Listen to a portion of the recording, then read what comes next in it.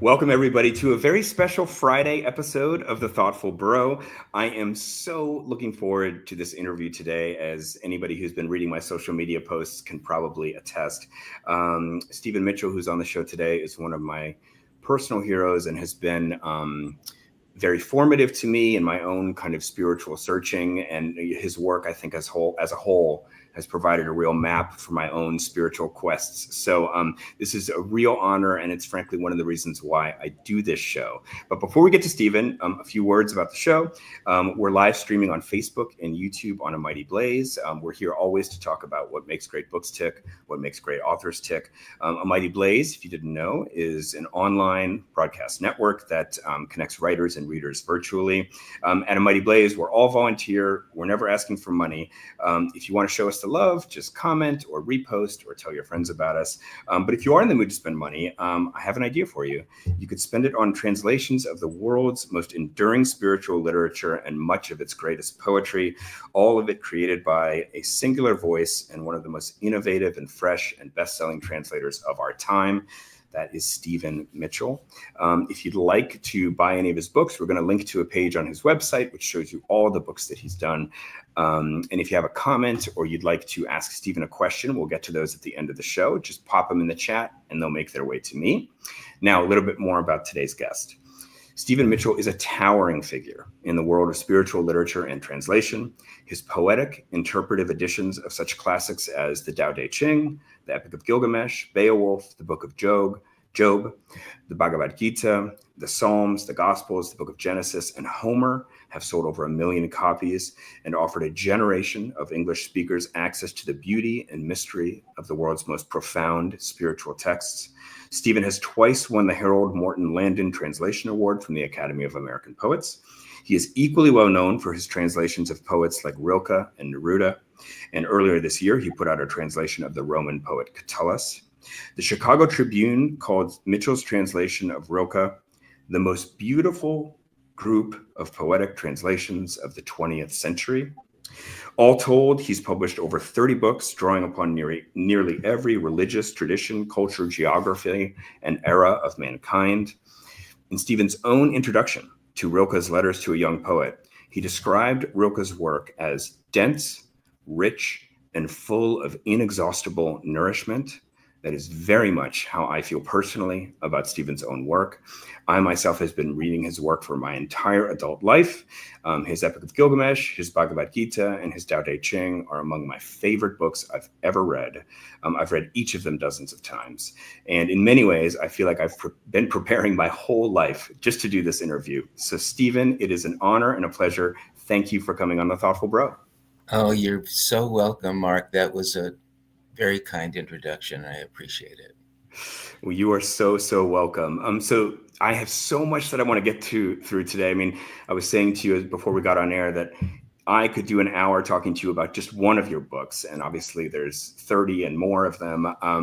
But I think today I'd like to take the approach of kind of talking about, your approach as a translator and kind of your overall and kind of what working on all these great spiritual classics has meant to you and what it maybe helps you see about our world today and the spirituality and the spiritual quest of our world in the 21st century.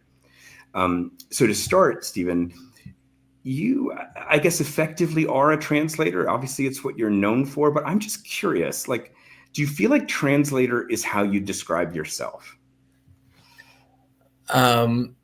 Sure, it's a lot of what I've done. If people ask me what I am as a profession, I say writer because it includes everything. I've done, as you mentioned, many translations, but I've also written nonfiction books. I've written fiction, and I've also been the co-writer of my wife's amazing books, Byron Katie's Loving What Is, and 1,000 Names for Joy and A Mind at Home with Itself. So writer just includes that all, and it's the simplest way. Yeah.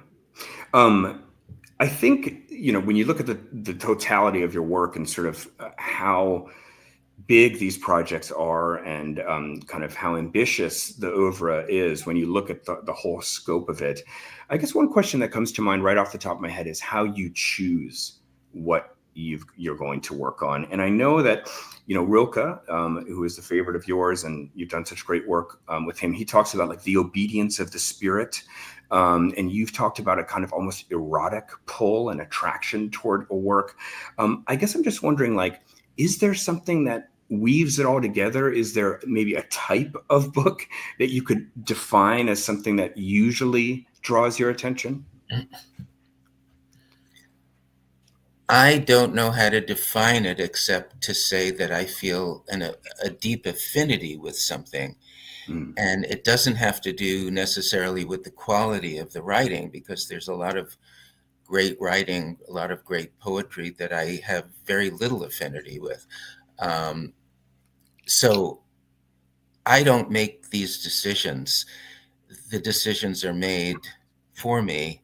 And if something pops up and I feel very attracted to it, then I'll decide to spend a year with it, or 18 years with it, as I spent with the Book of Job, or 4 months as I spent with the Tao Te Ching. It's just that, I was very lucky to have many years of Zen training under my belt. So when something popped up, I was immediately, in my mind, I was immediately aware of it and knew what to do as a next step. So it's kind of like that. I heard you say in a different interview that, I think it was working on the Gospels, maybe after the Tao Te Ching, you said you wanted to clarify a confusion within yourself. Is that part of the attraction as well? That it's like you see there's something mysterious or that you don't quite grasp in the work, and you actually want to translate it just as a way of coming to terms with that yourself? Exactly. So all the books I write are for me.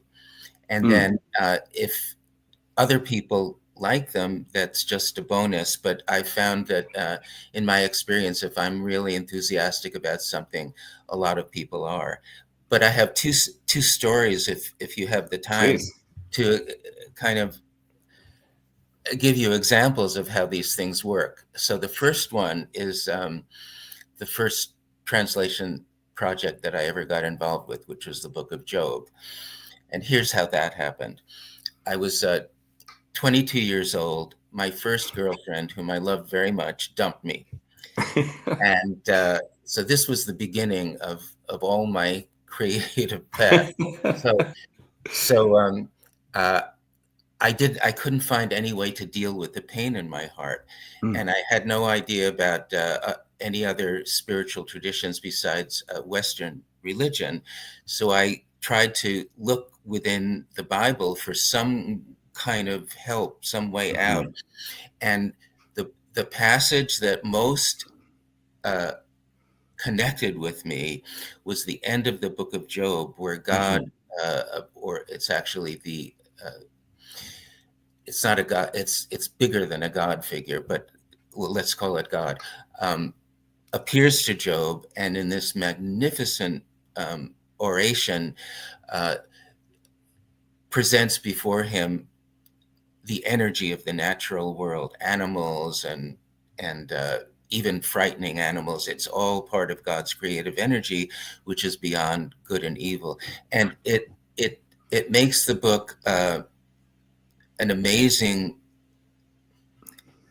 statement of something that the rest of the Bible doesn't know about. And I felt that the poet who wrote the Book of Job had seen something that I desperately needed myself, and that if I could somehow understand this voice from the whirlwind at the end of Job, that I would be able to deal with the pain in my heart. So I started to read it over and over in the King James Version, and then I realized that if I wanted to get intimate with it, I would have to learn Hebrew or relearn Hebrew.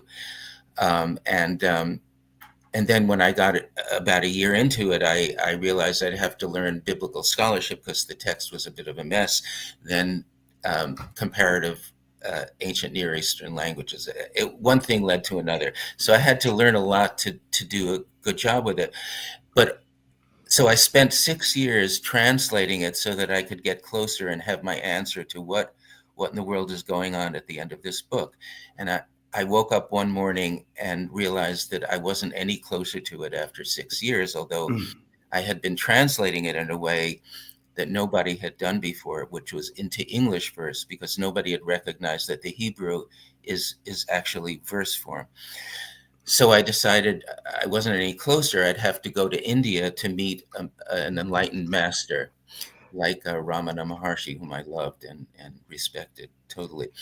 So I started to learn Hindi, and before I was ready to leave for India, a friend of mine said, before you go, you should check out this Zen master, or at least he says he's a Zen master. He's in Rhode Island, and he has very strange eyes. So I went down, I knocked on his door, I sat at his kitchen table, I looked into his eyes, and it seemed to me that he knew that answer. He knew that place where everything is beautiful, everything is filled with energy, and good and evil are just lesser considerations.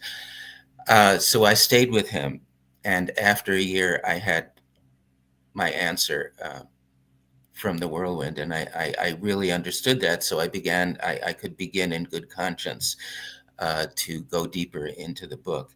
And 18 years later, after my girlfriend dumped me, I met her again, and it was the most beautiful meeting, and she's Oh still my a gosh. dear friend. So it all ended up really in a quite miraculous way.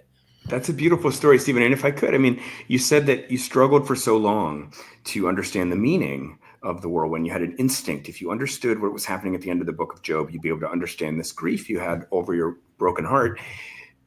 So could you, to the extent that you could articulate it here rather than having us just go read your translation, like what did you ultimately come to understand after 18 years? Well, I love that question, and I can't answer it. The way because the way I answered it in the introduction to my Job was, I spent so many years feeling mute that it was beyond me. I wasn't mature enough. I wasn't intelligent enough to really talk about it. And then there came a moment when I felt I was ready. This was already like 15 years into the process. So I don't want to spoil that by giving a half-baked summary of it. If people are interested, um, there's really no other way but to read that essay. Right. Okay.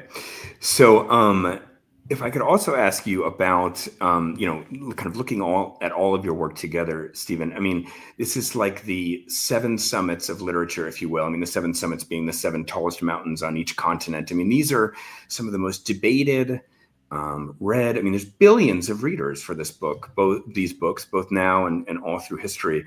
And I guess I see an ambition there as part of your selection process. I mean, you've talked about the kind of attraction you need to have towards something. And I'm just wondering if, like, the grandness of these projects and your ambition to tackle them is part also of what draws you toward them. The grandness, for sure. Ambition is a word that I don't relate to that well, because the way it comes to me is always so personal. It's something I have to do for myself. Actually, before I start on a book, there always have to be two things that I'm feeling. One is, I can't do this. I'm not smart enough. I'm not spiritually mature enough. It's just beyond me. And the second thing is, I have to do this. So holding those in harmony for me is the signal that this is the next thing on my agenda. I told you I had two stories. Oh yeah. If you're ready for the second, Please. this has to do with a book I wrote. It came out in 1991 called The Gospel According to Jesus. And this story goes way back in my life to when I was 9 years old. And I grew up in a not very observant Reform Jewish family in Brooklyn. And we would go to synagogue once a year, maybe twice at the outset, at the utmost. And so I had something of a Jewish awareness and identity by the time I was in fifth grade. My parents sent me to private school starting in the 5th grade because our local public school had a really bad reputation. And in the private school, it was a nominally Christian school. We were obligated to go to chapel every Tuesday. And the headmaster would get up and give a little talk and pick a gospel passage. And Jesus fascinated me. Sometimes I really couldn't understand what was going on. But when I could understand, I was very, very attracted to what he was saying. One day, about 5 weeks into the 5th grade, my teacher took me aside. I should say that I was in love with my 5th grade teacher. One day, when I raised my hand, I embarrassed myself deeply by calling her mommy. Oh gosh. It was a terrible moment for me, but I was in love with her, and she took me aside and said, "I've noticed that you haven't been singing, reciting the Lord's Prayer along with the other boys. Why not?" So I said to her, "Well, I'm Jewish. I don't think that I'm allowed to." And she said, "Oh, but the words of Jesus are for all people." So that gave me some kind of permission to feel the attraction that I was feeling. And then later in the year, I got much more involved with Willie Mays than with Jesus, and I wasn't interested again till I got to college. When I got to college, I started being very confused by some of the sayings of Jesus, some of the nastier ones or the more violent ones, and I was baffled by how somebody who seemed to have such a direct contact with the truth could have said these other things. So I began to think about how could that be? How could that be possible? And I thought about it off and on for a while, until after my Tao Te Ching was published and did so well. I thought I had permission to do whatever I wanted with the next book. And my project was to get clear and get beyond my confusion about Jesus. So I started to write it, and I couldn't. I was really blocked, and I didn't understand why. And at that moment, I got an offer from an organization in San Francisco that I'd never heard of, that gave fellowships or scholarships of $10,000, a huge amount to me in those days, and the only requirement was that you go to Israel and spend 3 weeks there. So I said, this is a good deal. And at the same time, in a cafe in Berkeley, I met an Israeli who did tours of the Sinai and of the Galilee, and so I was able to hire him, being so wealthy at that point with the $10,000. He took me to Galilee. We saw the sights. We went kayaking on the Jordan River. We did this, did that, and it wasn't clicking for me. I didn't know why I was there. What was I supposed to learn about Jesus that I wasn't seeing? And after a couple of weeks, he said, "Let me take you to the Sinai Desert." I was stationed there after the 6-day war. I love it. It's beautiful. So we went to the Sinai, and he hired a camel and a camel driver, a Bedouin. We walked off into the desert, and after maybe 10 or 15 minutes, the Bedouin driver said, "I have to stop and pray," one of the 5 times that a Muslim prays. So he was praying and doing his full prostrations to the ground and saying, "Allahu Akbar, Allahu Akbar." And as I looked at him, I was astonished because I saw a surrender in his body that was so moving that it moved me to tears. And I was almost about to get up and bow along with him. I was so moved. I thought this was such genuine surrender. But then it occurred to me that I would freak him out being a Jew. So I decided to do that in my mind. And then the next day, he took us, my Israeli friend and me, into his private garden in the desert, where he grows vegetables, et cetera, et cetera. And then he introduced me to his children. and made a sandwich of the Western food we had brought. They were all fascinated with that. And then one after another, from 3 years old to 15 years old, they came up to their father, got their food, kissed him, went back to their places.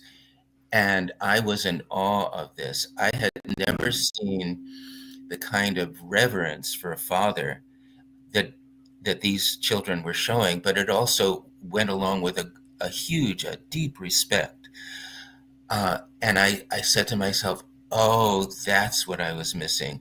That's what Jesus meant by Abba, Father. The figure of like the first hexagram in the I Ching, the creative energy that nourishes and fosters and gives to its children and is totally dependent. This father was that archetypal figure. If you take the word patriarch with all its negative connotations and turn it around as if it were a negative of a film and printed it as a film, you would see this man, this magnificent patriarch. Anyway, so I felt I had my answer, and I went back and wrote the book, and that was it. That's how that got written. It was for me, but it also was for a lot of people. Yeah, I mean, to the extent that there's ambition, then it just seems like there's a great ambition to, complete the next step in your own spiritual odyssey. And each translation is sort of another stone that you've laid, trying to understand some mystery within yourself. Yeah, that's true to some extent. I feel that after I finished my years of Zen practice, I had understood the essential, and that a lot of these books were ways of giving back from what I had been given through my practice. And then when I met Byron Katie, who became my wife, I discovered an even more powerful practice than meditation. So I was I felt it was a great privilege to help her write those 3 books, because they were the most powerful spiritual tools that I had ever read about or heard about. So there was that too. But you're right in general. Yeah. Stephen, when I look at your work, it's hard not to feel that such a setting out.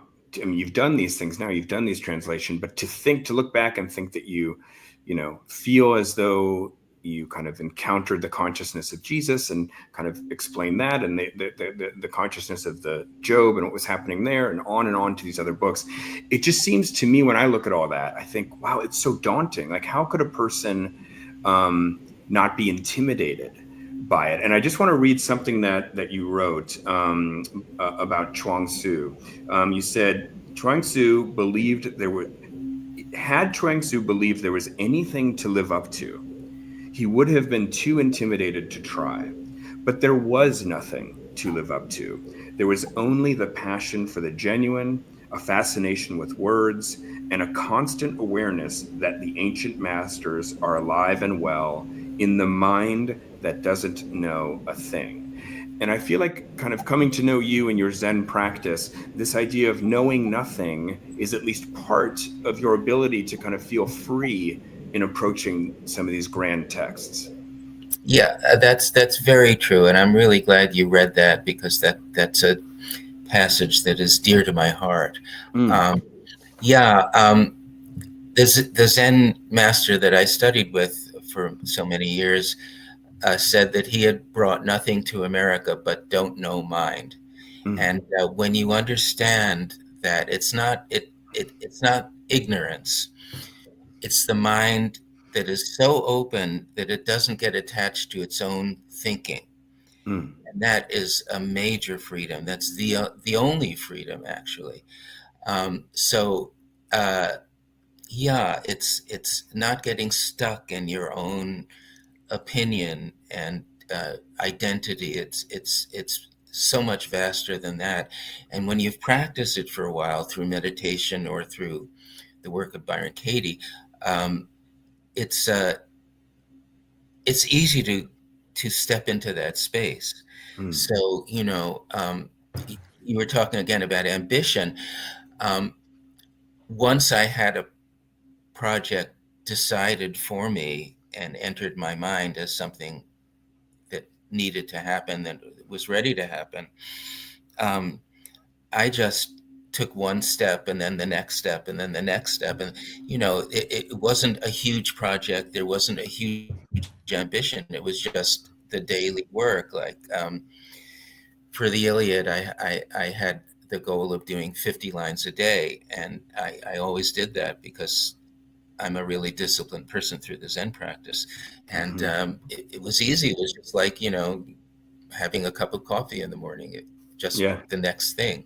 So, it's really when you become intimate with a consciousness that you've been attracted to, um, things become really easy. I've found, and I should also say that some of my translation work is not translation at all.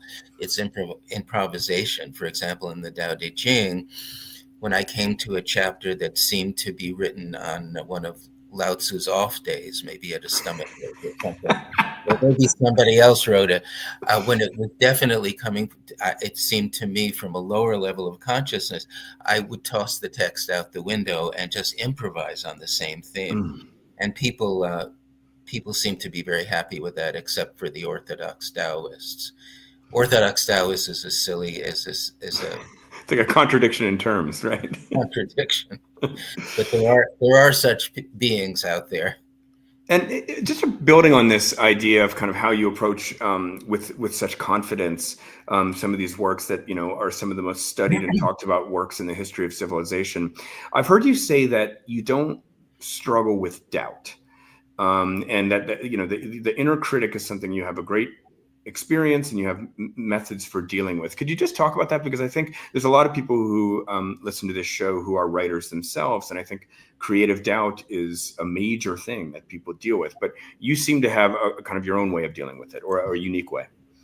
Well, I don't have doubt when a project has been given to me, and I know that it's there before I even put down a word of it. I've had that experience with a book, with several books. Doubting, I love doubting during my work, and doubting means that you never stay with something that doesn't seem to you excellent. There is always a sense that you have done a fairly good job, say on a particular line or a particular paragraph, but it's not as riveting as you want it to be. So then you go back. I've done 20 drafts of a book or 30 drafts, and it's not a it's not a difficulty. It's something that you love to do. It's like practicing a piece of music. It's just a delight, but to never compromise with my own standards of excellence. But as far as deciding on a book or doubting my ability to do a book, that can happen because I've already been shown that the book is there. So that's my experience of it. Yeah. So I want to talk for a moment about your style. First of all, let me ask you, do you feel like you have a style, or do you feel, I mean, obviously you're on some level, you're just dealing with the style of the work that it's written in, but do you feel that your own personal style sort of is always merging with the style of the source text? I do. And if you ask me what my style is, I wouldn't be able to tell you. I know I have one. I would leave that to somebody else from the outside. Well, let me say this. I mean, I think the word accessibility is a word that comes up a fair amount. Now, I, as someone who has been told that my work is accessible, it can sometimes seem like that's a backhanded compliment. I mean, to me, it's not. I mean, you're dealing with some. I love accessibility. Oh, good. I'm glad you do, because I certainly do. And I just think it lets people in, and I think you have a wonderful way of having your work be at once, this is the almost the trick of a Stephen Mitchell translation. It is contemporary, and yet it doesn't lose its gravitas. And I think that is so difficult. I think, people feel like religious literature ought to be serious and no fun. And you've sort of avoided that. You make it light, when it deserves lightness. But so, I don't know, I'm just amazed at how you can make it seem like it's language that everybody on earth can easily understand. And yet it just still carries the weight and power of the original, it seems. Well, that's very kind of you, Mark. And if I've done that job for other readers as I've done it for you, then I'm a happy camper. But when I have permission to be lighthearted and even funny, as with the Shuang Tzu, I love that. Yeah. That's one of my favorite books that I've done, the second book of the Tao. But then when it comes to Job, that is not for a book. So it's adapting. You want to not be slavishly copying the original author, but to be translating the spirit as well as the letter when you can. But if you have to choose, translating the spirit. Yeah. There's a wonderful note that was sent to me. This is a friend of mine named Dawn Tripp, and she's a novelist. And Dawn wrote this to me. She said, "Stephen is one of my heroes. His translations of Rilke have meant so much to me over the years. I've for years collected his translation and reflected on how his work strives to capture the essence and the heart of the work. And he understands that the literal is not always where the heart lies."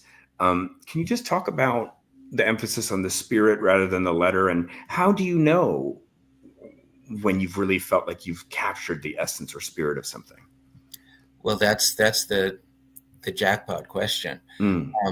Before I go into that about letter and spirit, I want to you might be interested, tie up another knot or please. Another circle. You know that girl who dumped me and I went into the book of Job? Yeah. My first girlfriend. She's the one, when we were in Paris together as students, who gave me a French translation of Letters to a Young Poet. First time I'd ever heard of Rilke. And I was so moved by, excuse me, this is something that I hadn't figured out. It's not even my thing. So I was so deeply affected by that. I felt that he was speaking to me in a voice about art and solitude as a positive quality. I had never heard this kind of thing before. So when I got back to college in America, I started to learn German so that I could read him in the original. So bless her heart, that young woman who dumped me gave me Rilke and gave me Job, and I just have thanked her 100 times for that since. Well, and the fifth grade teacher you had a crush on gave you Jesus, so it's like there's like a heartbreaking story behind everything. Yeah, I'm very indebted to the women in my life. But as far as spirit and letter, when I translate Rilke or Catullus, I try to use something equivalent to the original form of their verse. So, for instance, when Rilke is writing a sonnet in rhymed iambic pentameter verse, I will write something close to that pentameter verse, although it's a little freer in English because the difference between 1920 and 1990, for example. And then with the rhymes, English is much poorer in rhymes than some other languages. So I would do slant rhymes for that, and that worked really well. Then with Catullus, as another example, he has this delicious verse form called hendecasyllabics that Robert Frost imitated in one wonderful poem of his, called For Once Then Something. But I've been fascinated with that Robert Frost poem for decades. And I thought maybe it would be possible to translate Catullus into his original meter, this hendecasyllabics that go bum, bum, bum, ba bum, ba bum, ba bum, bum. So my obligation is not to the literal meaning, but it's to reproduce the music of the original, staying as close to the meaning as I possibly can. Maybe changing the metaphor if I have to in a drastic situation, or becoming a little looser toward one word than another word. But the my obligation, my devotion, is to balance that music and meaning till they come to a point where I'm reading the poem as an English poem. It makes sense. It makes really good sense, and its music is beautiful to my ear. When that happens, there's a moment that I can recognize because I've experienced it so many times. It's like what Yeats said about when he knows that a poem is finished. He says, it's like I can feel it as if a box is clicking shut. So it's like that. It's a very discrete experience. I know that this is it. This is done. Well, I mean, just to put that together with something you said earlier, you said, you never have doubt when you have this feeling that a project has truly been given to you. And then here you're saying, when a project is finished, when it's like this box clicking shut. I just wanted to point out that, like, what a gift that is for you as an artist to have such conviction in your work, and also to have a real conviction about when your work is finished. I think these are things that artists struggle with, and it's wonderful that you sort of intuitively have such a clear idea of both the beginning and the commitment and the end. I think this is a really good advertisement for meditation practice. Go on. Yeah. Well, because when you're practicing meditation, especially a lot of hours per day and a lot of days per week and a lot of weeks per year, you get to be very tuned in to what's happening in your mind, because you've spent hour after hour after hour being bored to tears by the repetitive neuroses that are going on, and those eventually drain away until there's only the thought happening without any judgment. So you get to know when these things pop up immediately, like, oh, there's a book here. I'm going to do Jesus next, or I'm going to do Homer. That's so exciting, and it's a definite thing. I know it's there, but without being tuned in. For instance, before I did all those years of meditation practice, possibly that insight might have been buried by thoughts like my resentment at my mother for not teaching me to tie my shoes at the age of 3, or a pain in my back or something, would get buried by the trivial. So I think people who have looked at their minds with that kind of intensity have a really fine tool if they're artists or writers. Yeah. Well, speaking of intuition, it seems like one of your most intuitive projects was the Tao Te Ching. You said earlier that sometimes you departed from the text completely. And just for those who may not know what the Tao Te Ching is, it's one of the founding documents of Taoism. It's these 81 brief, enigmatic chapters. I mean, the whole book you could probably read if you wanted to in about 30 minutes. This is a book that's been translated hundreds and hundreds of times. By the time you translated it 103 times before I did it. Right. 103 just in English. I mean, just English translations 103 times. I've read that the Tao Te Ching is the most translated book in the world other than the Bible. And I would say it was my introduction to your work as well. As a friend of mine named Herb, and Herb wrote a great question that we're going to ask later in the show. But when I was a freshman in college, he handed me this little book. I'd never heard of it. I read it. I was immediately taken by it. I was just, it truly, to use a cliche, blew my mind. And that was my introduction to you. And I guess I just kind of wanted to ask you about kind of the way that you use intuition in that. And also just, I guess my first question though is, Why do you think that book became the kind of cultural phenomenon that it did? I mean, it sold over 1 million copies. It really put you on a map as a kind of cultural and literary figure. What is it about that particular work of yours that you think made it take off in society the way it did?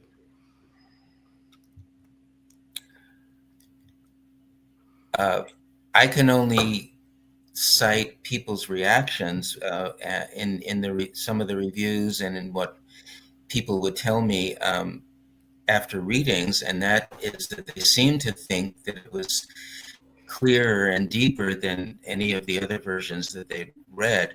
I hope so. That's what I was trying to do. Another thing was that when I was working on it, I noticed that everybody, when they were talking about the master, which is Lao Tzu's figure of somebody who lives in complete harmony with the way things are, who isn't led astray by his or her own opinions. So that master was always translated as he when it came to the pronoun. And that seemed so ridiculous to me, especially because the Tao Te Ching, of all the great texts in world religion, is by far the most feminine, the most female. Even it says it explicitly: stick to the female, know the male, but stick to the female. And its figure of the master is at least as much of a woman as it is a man. So what I decided on was alternating chapters about the master. I would say he in one chapter, and the next chapter I would say she. And this was, it turned out this was really meaningful to, thousands or hundreds of thousands of women who felt seen and recognized by that little change. That had something to do with it as well. Yeah. And it only took you go ahead. I have a story. Yeah, please. Are you interested in another story about I'm interested in all your stories, Stephen. about how the Tao Te Ching happened. Yeah, please. So I was working on my money karma at the time. I had been living in Zen centers where I had free room and board because I had given money to the Zen master, given all my money to the Zen master. And so I was living on $3,000 for 5 or 6 years after I left my Zen teacher. My parents kindly offered me that, and it was very, very kind of them because I had no idea how to earn a living. And when my first Rilke book came out, I was thrilled because I got an advance of $2,500. That was a king's ransom to me. It was a wonderful, wonderful thing. But I wasn't getting more than that for the Rilke books, even though they later sold a huge amount of copies. But my girlfriend at the time said, I want to have a talk with you. I know you are not interested in money. I know you're great examples are the Buddha and Jesus and the Zen masters who didn't have any money. But if you want to be a writer, you're going to have to accept the money that comes back from sales of your books.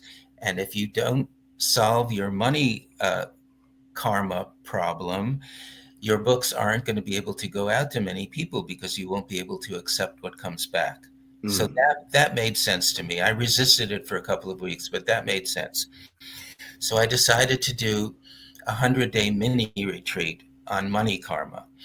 I had done a couple of 100-day maxi retreats with my Zen master, which meant going off by yourself, doing 100 days of meditation, 20 hours a day. You sleep in 2 sessions of 2 hours apiece.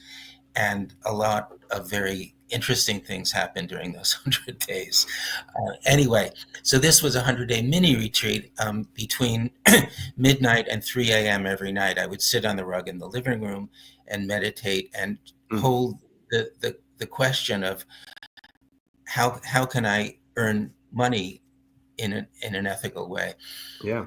So on the 95th day of this 100-day retreat, I had a vision of Yoda from Star Wars. He was there for like 30 seconds in front of me, almost tangible. Second night, Yoda came back. Third night, Yoda. So after the 100 days were over, I started to think, what could this mean? That vision of this character, and it seemed to me that I could write a very free version of the Tao Te Ching and call it the Book of the Force, and translate the Tao as the Force and have a commentary by Yoda, and that would be really, really commercial.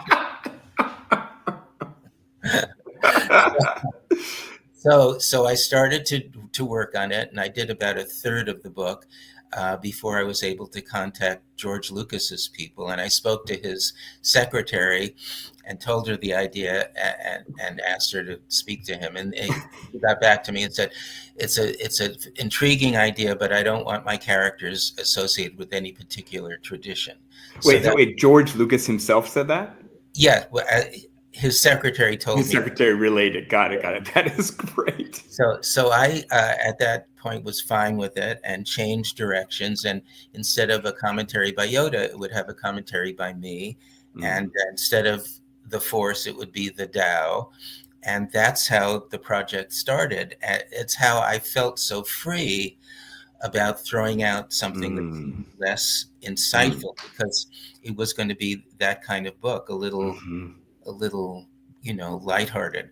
But I was very happy that that the book got done the way it did, because during the meditation, I had a sense of shimmering light behind Yoda, and that there was some kind of way that I was going to overcome my resistance to earning money through that. And in fact, that's the way it happened.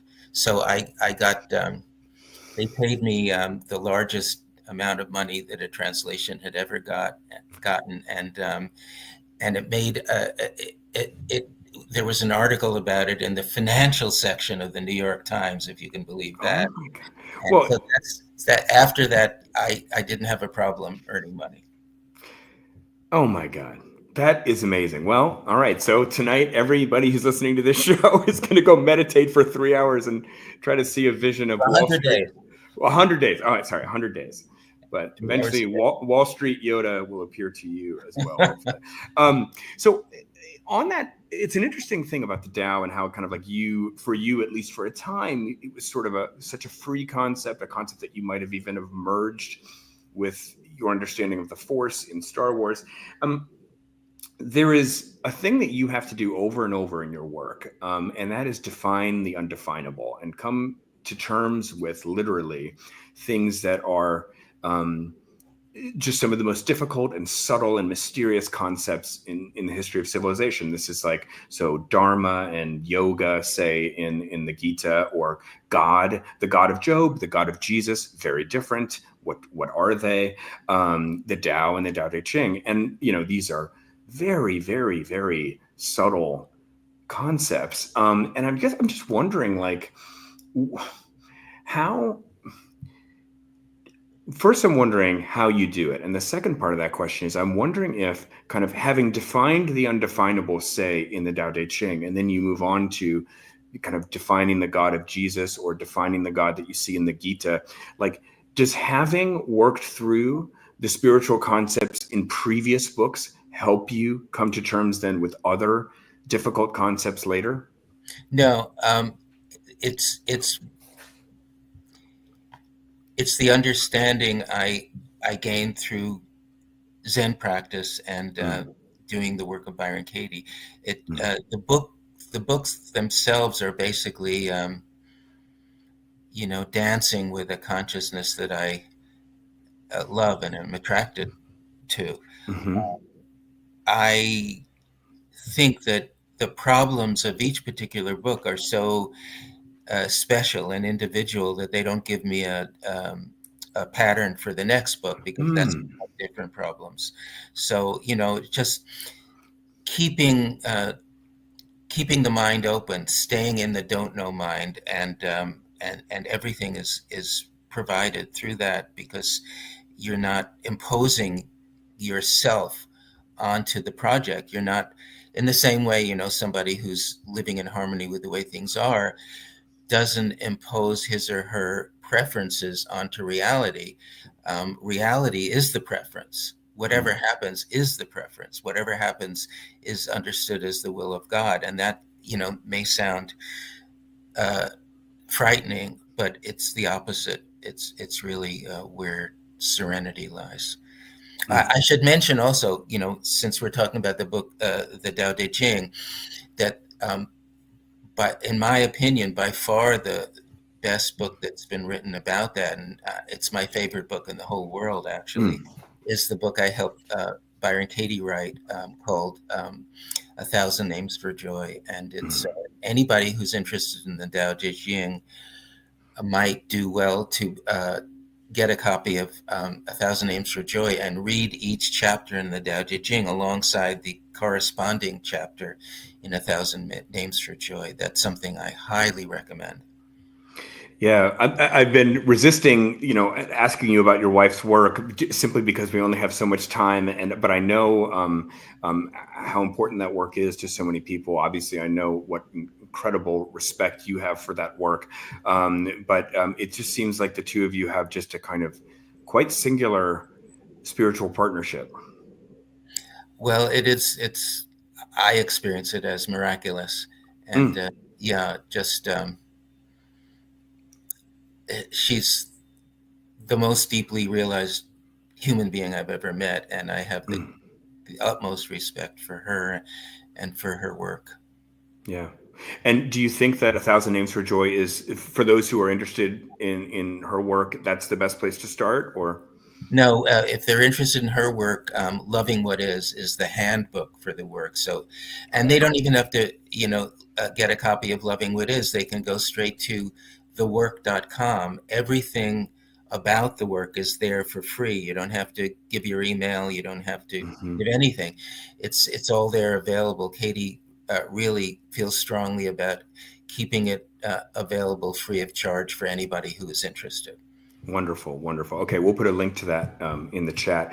Now, Stephen, I mean, you are somebody who is quite alive to the energy of people around you. Certainly, the relationship you have with your wife, she has a consciousness that made a powerful, powerful impression upon you and still does.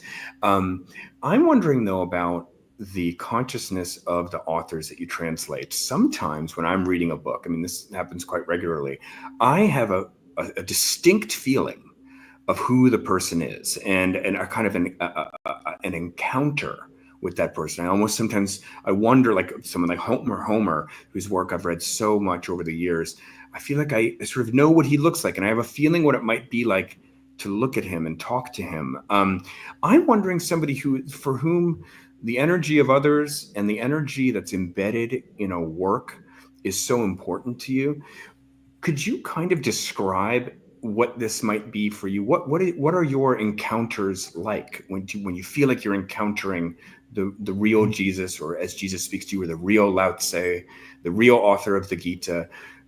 Is there any way to describe those kinds of encounters with a consciousness?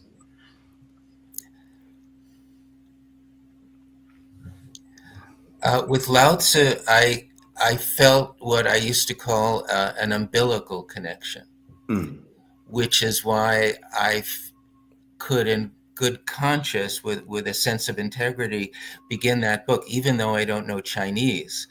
And I know a lot of languages, German and Hebrew and all sorts of other ones, but I didn't learn Chinese for that. I didn't think I had to. So that may seem arrogant, but it was what I was feeling, that umbilical connection. With Homer, or with Rilke, it's not so much the spirit of the author as the music, because the music is the heart of it for a poet. And for example, when I first discovered Rilke and read all of the translations, I was, famished for anything by Rilke. The translations were simply dead. The people had no sense of the power of a line of English verse. They were just doing rote translations and ba-bum, ba-bum, ba-bum, ba-bum, ba-bum. It was dull. It was as if a third-rate disciple of Wordsworth in 1820 were trying to write an epic. It just wasn't working. So the music is what I tune into, and if it's kind of like stereo, I listen to the words in Greek, for example, or Hebrew, and then eventually, maybe after a few seconds, maybe after 10 minutes, an equivalent music will arise in my other ear that corresponds to the original music. And maybe the meaning is too far away from the original meaning to use that particular line. But then I noodle it and stay with it and think about it and don't think about it. And finally, something will pop up that has that perfect balance between meaning and music. And if that's the spirit of an author, that's what I am so aware of. Yeah. I love, I've just heard you talk about, especially with Lao Tzu, like the consciousness of that person, whoever that person was. And maybe it was a woman, frankly. I mean, nobody really knows. But the idea that there was a human being, at least a single human being, who is standing behind that work, and you can sense that person. And I find that idea, to me, that's what reading is all about. It's like it allows you to participate in the mind of another person who might have figured out things or reached a level of spirituality and understanding about life that is unattainable to you without that book. And like, that is why books to me are the greatest treasures that we have. Yes, I understand that. And, from the first moment that I discovered Rilke through my beloved girlfriend, I know who's not ignorant of tough love. But as soon as I discovered Rilke, I felt here's my teacher, my teacher for the moment. And eventually, as with Job, I discovered that what I was most interested in and most hungry for could not be gotten from a book, from words at all, even the most magnificent words. So that's when I realized I had to do some serious practice if I was serious about understanding. Great. So I've got a few more questions, and then we'll take some questions from the audience here. We're going to go a little bit over the allotted time, but I just had so much I wanted to get to. Just a little bit of a turn in the conversation. I've heard you talk about the importance of waiting in your process. And, Rilke, in Letters to a Young Poet, he says, time means nothing to an artist. Summer does come, but only to those who are patient. And this idea of being in touch with your unconscious, and just basically, I think, the idea of knowing when something is truly ripe. And I think I've seen, the way that you talk about your work, there's a kind of waiting for the right project. There's also, when you finish a project, you don't publish everything right away. There's a waiting for the right moment to publish it. There's just this very intuitive sense of timing within you, and a sort of, I think, fearless patience about your entire process. And I just wanted to hear you talk about the importance of waiting to any creative person. Well, yeah, this is a theme that goes through a lot of the books that I've admired and worked with, from Letters to a Young Poet.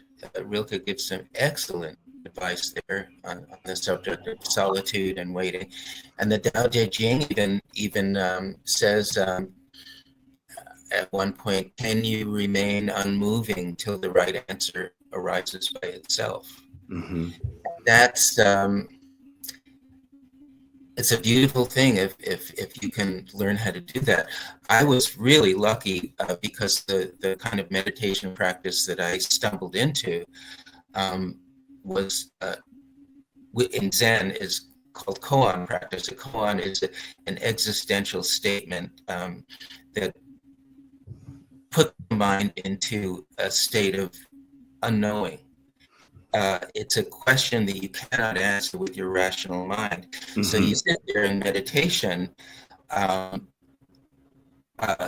questioning that, what could be the answer here, questioning it, and eventually your mind becomes a question without any words, and that's where you want to be. So you can spend, a long time, hours of this, weeks, months. But the point is to practice and experience that mind that is totally open to reality, and that's that's the jackpot. Right. All right. And so for the final part of the conversation, I just want to have some thoughts about kind of, looking at your entire oeuvre together and kind of what you've learned or seen from it. I mean, obviously, there's a lot of religious strife in the history of humanity, and there still is today. People divided on the basis of religion. And I'm wondering, having gone through so many of these foundational religious texts, what is it that you see that they have in common? I mean, you said a moment ago that you feel like you're sort of encountering and surrendering yourself to kind of whatever the individual consciousness is of each work. But at the same time, I'm wondering, are there things you see about human nature and about the kind of spiritual instinct that are uniform across all these great works? Sure. Even through works like Homer, which you wouldn't think that's a spiritual work. The Iliad, there's so much violence and killing, et cetera. But among other things that I found incredibly powerful and spiritual, there's an ending where the old king, Priam, whose city is about to be destroyed forever, and his women sold into slavery, etc., comes to beg for the dead body of his son Hector from Achilles, who has killed Hector. And it's possibly the most moving scene in all of literature. It's a moment of forgiveness where violence just lingers just behind the scenes. Very, very powerful. So I found, even in something as non-spiritual, quote unquote, as the Iliad, there's that attracted me so deeply. But I've met people in all sorts of religious traditions who have lived a life of surrender. My Bedouin guide through the Sinai, or a Benedictine nun that I was in love with when I was 23, who was just such a another love story, another woman. Yeah. So, and then in Buddhism, which produces so many really fine people, fine, decent, upstanding people. And I haven't met any practicing Hindus, but I'm sure there are. Well, one of my great teachers is Ramana Maharshi, who died in 1950. So he was certainly there. So, it's I think it's more difficult to get to that place of total surrender through religions that are really attached to a sacred text. But it's possible. I think it's really hard. The hardest is being attached to the Bible, which is so contains so many different kinds of things in it, and a lot that is not helpful. But yeah, so I do think that some traditions are more likely to produce kinds of human beings that we admire, and some traditions less. But they all, for somebody talented and sincere and hungry for the truth, they're all ways of attaining it. And we live in an age of science and technology where, scientists and, the engineers and the machine makers of the world not only have great financial power, but also have great cultural capital.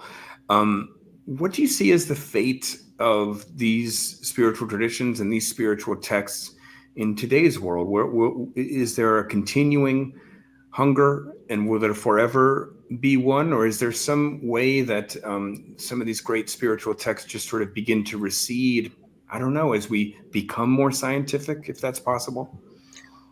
Well, of course, I don't know, but I would bet that there's a part of human nature that automatically longs for the truth and longs for happiness. Ramana said all human beings long to be happy, and in one way or another, people will always be discovering texts that are the lived experience of some extraordinary human beings. So I think that there'll always be that hunger and always be that discovery for people who have that kind of temperament. The Tao Te Ching and the Bhagavad Gita, however, both say that for people who are advanced in the practice, mature human beings, they no longer need spiritual texts. They can put away a spiritual text. The Buddha himself said, "My teaching is only temporarily. It's as if you try to cross a river in a raft, and then when you get to the other side, you take the raft and put it on your head and walk around with it. That's not the way the raft's supposed to be used. When you go to the other side, you forget the raft. You're already there." Yeah. So it's like that. Wow. All right. One last question from me before we go to audience questions. The story in the Bible of Jacob wrestling with God. That's just been such a powerful image for me my whole life. I've always loved that story, and that it's a very brief part of that story, but it's just that image. And for me, what it's always meant is I've always felt a calling towards stories and literature and writing. And that is my way of wrestling with the divine and this feeling that, like, for me, if there's some kind of victory or a temporary victory or a kind of withstanding lasting through the night in this wrestling, it's that I'm able to kind of wrestle into words something meaningful and something that speaks to me. And sort of I find a great relief in literally coming to terms with things in words. And there's a great psychological benefit in putting down and being able to put down into words kind of what you mean about some of these mysteries about life and what they mean to you. I just wanted to kind of put that back over to you, just about, does that, him wrestling with God, does that kind of for you strike a chord as something that you have been doing as well in your career? Yes. I think of books like the Gospel According to Jesus and the Book of Job, which involved many years of wrestling for me. But when I think of that story and that metaphor of wrestling with God, where my mind goes is wrestling with ideas of God, with your own conceptions of God, and because if you actually spend a lot of time going deep into the concept of God, you realize there's nothing there to wrestle with. But we have all sorts, so many concepts of God, so many different kinds of attributes that we lay onto it, that what's most important for that spiritual practice is to shed these concepts the way a snake sheds his skin, and get down to reality. So that's what I think of with Jacob and the angel. It's a necessary process of getting rid of everything that you feel that's making you comfortable about God. Reading Job is a good practice too, because you can't be comfortable with it. It's beyond that. It's so vast. But it's a beautiful story and a powerful metaphor. All right, let's go to a couple questions from the audience here. This is a question from Renee. How does one practice Zen completely? You have 30 seconds. No, I'm just does. That's my answer. One just does. One just does. If you're serious about understanding the truth, then naturally you give yourself to a practice that's as powerful as you can stand, given your courage and your physical condition and your age, et cetera, et cetera. But when I discovered there was something like Zen, like a spiritual tradition like that, I can't tell you how elated I was, and I just gave everything of myself. There was nothing more important in life. I didn't even read. I didn't write for those 7 years. So it was, again, going back to waiting until I had a very grounded and vivid experience of the truth. And what does the practice look like now, today? Like, it's Friday afternoon or Friday morning where you are. Like, what is it going to look like for the rest of today, for example? Nothing special. Okay. Going out for a latte, reading, sitting out in the garden. Since Katie is away for the weekend, I have all this time to just see what's going on in my mind, or see what kind of poem I want to read next, or jot down something that I've understood. Yeah, it's just like anybody else on a free day, I would think. I feel like a lot of people are going to hear this and just skip over the 7 years of intensive study and just go straight to the latte and the book. You could do worse.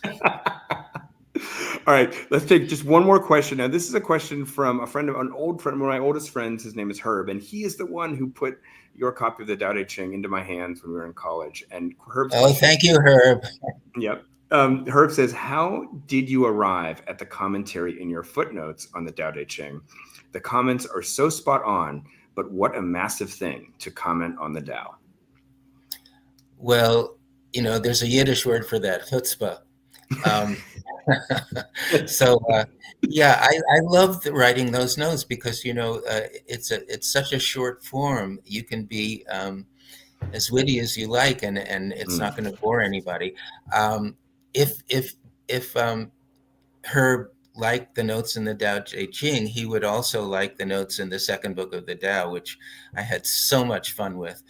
So yeah, I'm glad he loved them. I remember getting into that space of writing the notes, and I could immediately feel a kind of a laughter bubbling up that never made it into sound. But I had that experience of, oh, great, I get to write another note. That's going to be so much fun. Great. All right. Well, thank you, Herb. All right. So, Stephen, we're going to wrap with one last question from me. And I recognize that this is just sort of an impossible question to answer, but I'm going to try anyway. If you could kind of look back at your whole career and all the work that you've done and all the many readers that you've had, but just imagine if you can somehow kind of add all the readers together and add all your work together and just put into words, if you can, what is your fondest hope? What kind of would you most wish that readers across the world would have taken from your work, if you could kind of put that into a small package? I would love it if a reader finds his or her life changed as the result of reading my books. All of these great texts, or at least the greatest of them, are meant to help you live your life.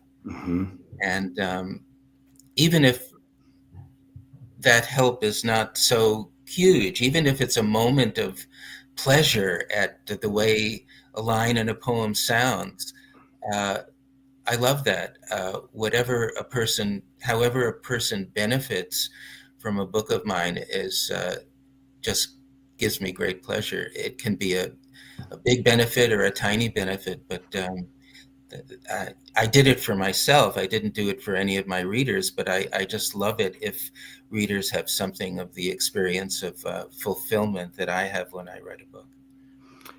That's what a wonderful sentiment. And I would just tell you, since you happen to be sitting here with a reader of yours, I mean, for me, it's not only done those things, but I would just say, in the dark times of life when I feel adrift and I feel like there's nothing to grab onto, I feel like your works have been something to steady me in dark times. And I feel like, what can I believe in? What can I reach out to? And often I find myself reaching out for one of your books.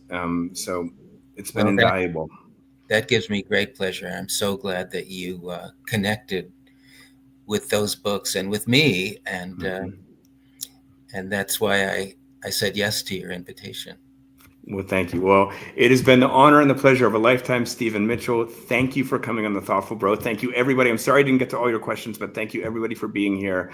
And Stephen, what a treat. To me, too. Great. Thanks, everybody. We'll see you next time on Thoughtful Bro.